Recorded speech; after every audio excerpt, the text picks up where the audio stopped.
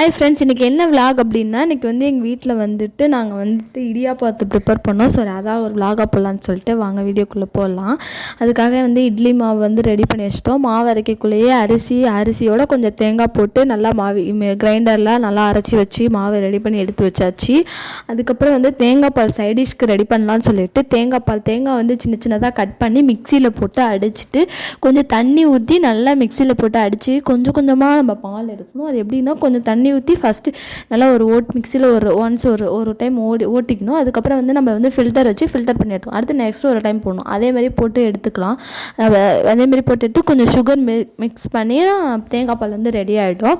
அதுக்கப்புறம் வந்து அது ரெடி பண்ணி வச்சுட்டேன். அதுக்கப்புறம் வந்து இது என்ன பண்ணோன்னா, இந்த இட்லியில் எடுத்துட்டு சுட எடுத்துட்டு அதில் வச்சு நாங்கள் எல்லாம் சேர்ந்து புழிஞ்சோம். அந்த பிள்ளைங்க எங்கள் வீட்டு குட்டீஸ் எல்லாம் சேர்ந்து நாங்கள் வந்து அதை பிழிஞ்சு எடுத்தோம். பாருங்கள், எல்லாம் சேர்ந்து ரெடி பண்ணதுக்காக நான் பண்ணுறேன்னு சொல்லிட்டு பண்ணிகிட்டு இருந்துச்சுங்க. ஒரே ஃபன்னாக இருந்துச்சு, ஜாலியாக எல்லாத்தையும் சேர்ந்து பிழிஞ்சு எடுத்தாச்சு.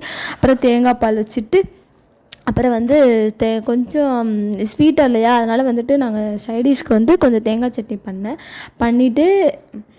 பண்ணிவிட்டு அதை சேர்த்து வச்சு சாப்பிட்டோம். நல்லா டேஸ்ட்டாக இருந்துச்சு. எல்லாம் சேர்ந்து ப்ரிப்பேர் பண்ண பாருங்கள். தேங்காய் நம்ம போட்டுக்கலாம். தேங்காய் போட்டால் கொஞ்சம் சாஃப்டாக இருக்கும், புளியறதுக்கு கொஞ்சம் நல்லா ஈஸியாக இருக்கும்.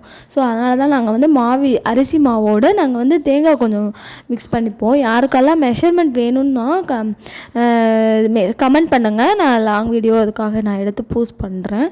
அவ்வளோதான். தேங்காய் பால் ஊற்றி இடியாப்பத்தை தொட்டு சாப்பிட்டு எங்களோட மார்னிங் டிஃபனை முடிச்சாச்சு.